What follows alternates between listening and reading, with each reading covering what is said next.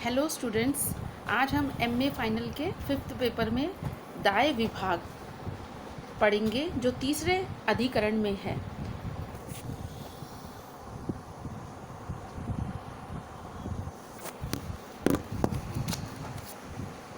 दाय विभाग, इसमें उत्तराधिकार के सामान्य नियम बताए गए हैं। अध्याय 5 और प्रकरण 61। अनीश्वराः पितृमन्तः स्थित पितृमात्रकाः पुत्राः। माता पिता या केवल पिता के जीवित रहते हुए कभी भी पुत्र जो हैं अर्थात जो लड़के हैं वो संपत्ति के अधिकारी नहीं होते हैं। माता पिता के जीवित रहने पर या दोनों में से कोई एक जीवित रहे तब तक, माता पिता या केवल पिता यदि जीवित है तब तक नहीं होते हैं उत्तराधिकारी। तेषाम ऊर्ध्वम पितृ तो दाय विभाग पितृ द्रव्याणाम, द्रव्य बोलते हैं संपत्ति को, पदार्थ को। उनके ना रहने पर, माता पिता के जीवित ना रहने पर लड़के आपस में संपत्ति का बंटवारा कर सकते हैं। स्वयं अर्जित अविभाज्यम अन्यत्र, स्वयं के द्वारा जो अर्जित संपत्ति है उसका बंटवारा नहीं किया जाता है, उसका बंटवारा नहीं होता है। वह संपत्ति पितृ द्रव्याद उत्थेतव्य, पिता का धन खर्च करके या उपार्जित हो, जो संपत्ति पिता के जिसमें पैसे लगाए हुए हों उसका बंटवारा हो सकता है, लेकिन जो स्वयं उसने अपनी मेहनत से अर्जित की है जिस संपत्ति को, उसका बंटवारा सभी भाइयों में करना उचित नहीं बताया गया है।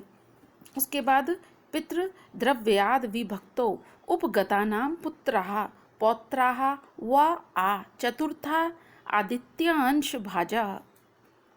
संयुक्त परिवार में रहने वाले, जो संयुक्त परिवार हैं उसमें रहने वाले पुत्रों के पुत्र पौत्र आदि चतुर्थ पीढ़ी तक, वहाँ तक अविभाजित पैतृक संपत्ति के बराबर के अधिकारी होते हैं, चौथी पीढ़ी तक। किंतु यह जरूरी है कि उनकी तावद अविच्छिन्न पिंडो भवति, उनकी जो वंश परंपरा है वो किसी भी प्रकार से टूटी नहीं हो, खंडित नहीं हुई हो। यदि वंशपरा खंडित हो गई है, विच्छिन्न पिंडाः यदि खंडित हो गई है, तो उस दशा में सभी मौजूद भाई पैतृक संपत्ति का बराबर बराबर उसमें अपना अधिकार रखते हैं, उसमें बराबर बराबर सारे भाइयों का हिस्सा होना चाहिए। विच्छिन्न पिंडा सर्वे समम विभजेरन यानी कि उनको विभाजित करना चाहिए, उनका विभाग कर देना चाहिए। अपितृद्रव्य विभक्त पितृद्रव्य व सह जीवंतः पुनर्विभजेरन, जिन भाइयों को पिता की संपत्ति प्राप्त नहीं हुई है अथवा जो भाई बंटवारा हो जाने के बाद भी एक साथ खाते कमाते हैं, कहने का मतलब संपत्ति का जो है वो बंटवारा तो हो गया है परंतु फिर भी वो एक साथ रहकर खाते हैं, कमाते हैं, वे फिर से संपत्ति का विभाग कर सकते हैं। जिस भाई के कारण संपत्ति की अधिक वृद्धि हुई हो, ऐसा किया जा सकता है कि यथ उत्तिष्ठेत व दो अंशम लभेत, उसको दुगना या 2 हिस्सा दिया जा सकता है अन्य भाइयों की तुलना में, जिसके कारण पिता की संपत्ति में वृद्धि हुई हो। संपत्ति यदि उसके कारण बढ़ी है तो उसको अन्य भाइयों की तुलना में 2 अंश मतलब उनका दुगना, उनका डबल, जितना उनको मिला है उसका डबल अंश दिया जा सकता है। द्रव्यम अपुत्रस्य सौदर्या भ्रातरः सजीविनो व हरेयु कन्याश्च, जिसके कोई भी पुत्र नहीं हो उसकी संपत्ति उसके सगे भाई या उसके साथी ले सकते हैं। जिसकी कोई पुत्र नहीं है, संतान पुत्र नहीं है, तो उसकी संपत्ति उसके सगे भाई ले सकते हैं या फिर उसके जो साथी गण हैं वो। और विवाह आदि के लिए जितने धन की अपेक्षा है कन्याएं उसमें से पैतृक संपत्ति में से ले सकती हैं। ये बात भी कौटिल्य अर्थशास्त्र में बताई है कि कन्या भी उसमें से विवाह इत्यादि के लिए ले सकती है। रिक्तम पुत्रवतः पुत्रा दुहितरो व धर्मिष्ठेषु विवाहेषु जातः तद अभावे पिता धर्माणः पितृ अभावे भ्रातरो भ्रातृपुत्राश्च। रिक्त धन, रिक्त धन वो धन है जो सुवर्ण, आभूषण या फिर नकद पैसे के रूप में जो धन है, उन सबको रिक्त धन के रूप में जाना जाता था। उसके अधिकारी कौन है? लड़के।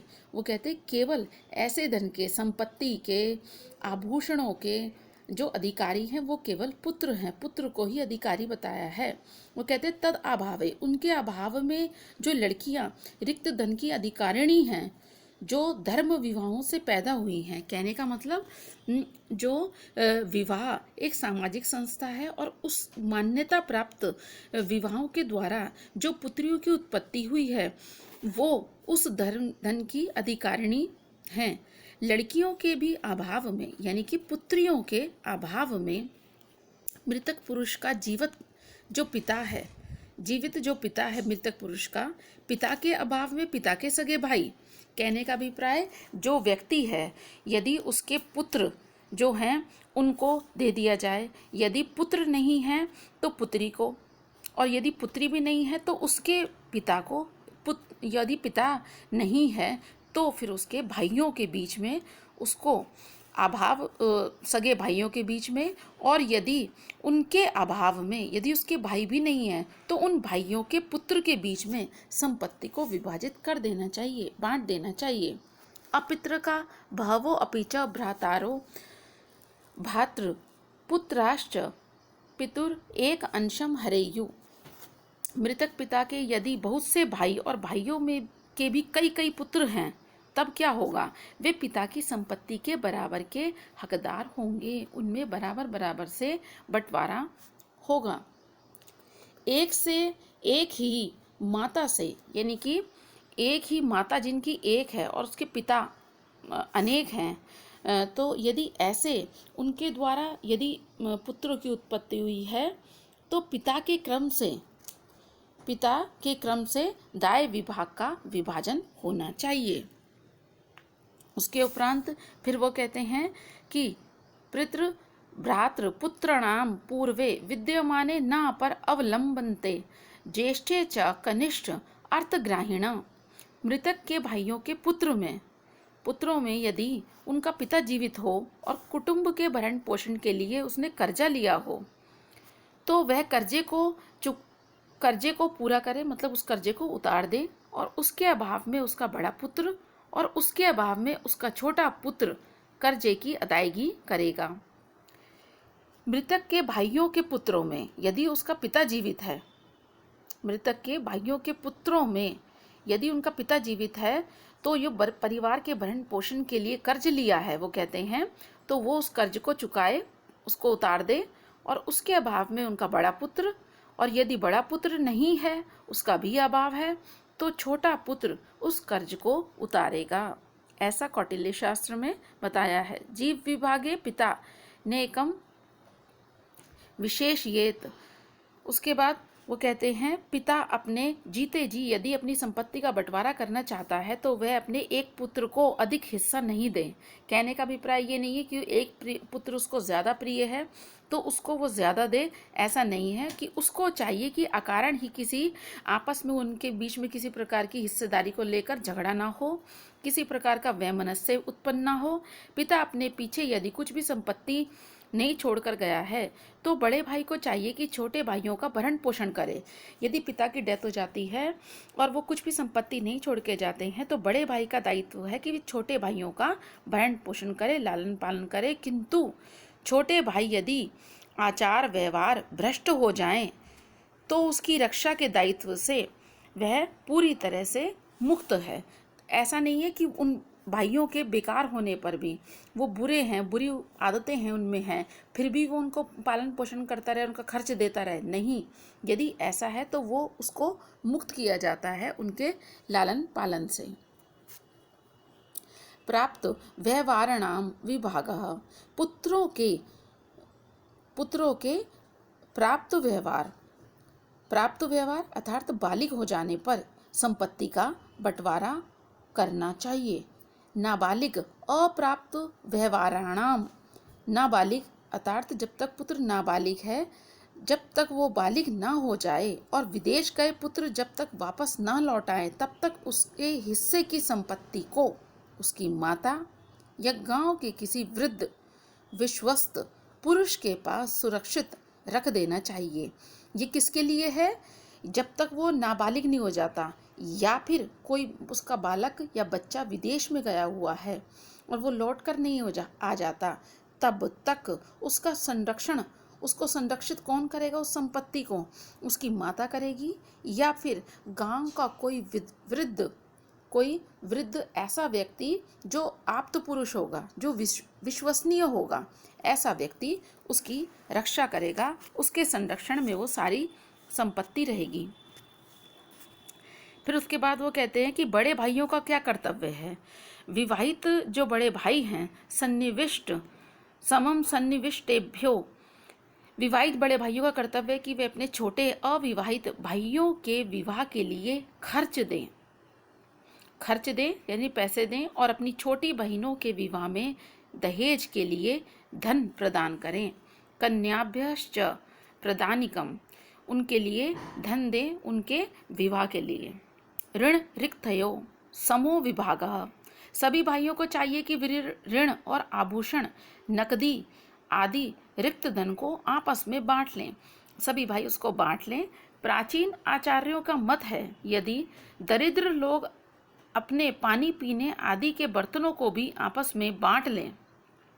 प्राचीन आचार्य ऐसे कहते हैं कि जो बहुत गरीब लोग हैं वो पानी पीने तक के बर्तन भी आपस में विभाजित कर लें, परंतु यहाँ पर आचार्य जो कौटिल्य हैं उनका मत ऐसा नहीं है। वो कहते हैं ऐसा करना छल कपट है, किंतु उनके मत से विद्यमान संपत्ति ही बंटवारे के योग्य होती है, अविद्यमान संपत्ति नहीं।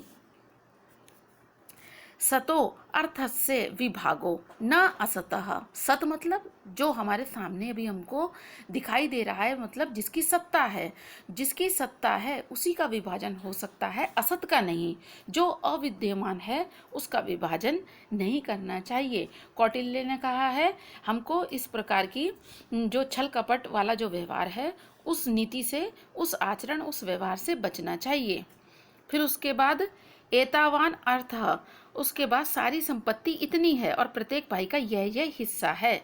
सामान्य तस्से तावान प्रत्यंश, मतलब प्रत्येक को उतना उतना अंश बता दिया जाए कि इतना आपका अंश है। इते अनुभाष्ये ब्रुवन साक्षीषु विभागम कार्येत, और सारी संपत्ति का जो बंटवारा कराया जाए किसके सामने? जो साक्षी हैं उनके सामने स्पष्ट करके पहले बताया जाए पूरी संपत्ति यह है, इस प्रकार से बंटवारा किया जा रहा है। यदि बंटवारा ठीक नहीं हो, संपत्ति में से किसी हिस्सेदारी ने कुछ चुरा लिया हो या किसी को कुछ कम मिला हो या अकस्मात किसी के पास, किसी के खाते में कुछ ज़्यादा चीज़ें आ गई हैं, तो संपत्ति का दोबारा से बंटवारा किया जाना चाहिए। ऐसा विद्वान लोग कहते हैं। कि कहने का अभिप्राय ये है कि सबको बराबर बराबर मिलना चाहिए, सबको न्यायपूर्वक बराबर का हिस्सा मिलना चाहिए। किसी को ज़्यादा या किसी को कम यदि हो जाता है भूल से, अचानक से, किसी भी प्रकार से, तो उसको विभाजन को दोबारा करना चाहिए। अदायदकम राजा हरेत स्त्रीवृत्ति प्रेत कार्य वर्जमम अन्यत्र श्रोत्रिय द्रव्यात् तत् त्रैविध्येभ्य प्रच्छेद। जिस संपत्ति का कोई उत्तराधिकारी नहीं है उसको राजा ले ले। उस संपत्ति से वह मृतक की विधवा के भरण पोषण के योग्य और मृतक के श्राद्ध कर्म आदि के योग्य धन उसमें से छोड़ दे। सारी संपत्ति को, जिसका कोई नहीं है उसकी संपत्ति को वो कहते हैं राजा का अधिकार है, राजा ले ले, लेकिन उसमें से उतना पैसा छोड़ दे जिससे कि उसका श्राद्ध कर्म आसानी से हो सके।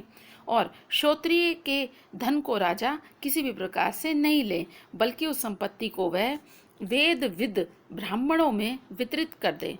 वेद विद जो वेद में निपुण हैं, वेद को जानते हैं, ऐसे क्षत्रिय के धन को राजा उन ब्राह्मणों में वितरित कर दे, खुद ग्रहण करने की अपेक्षा।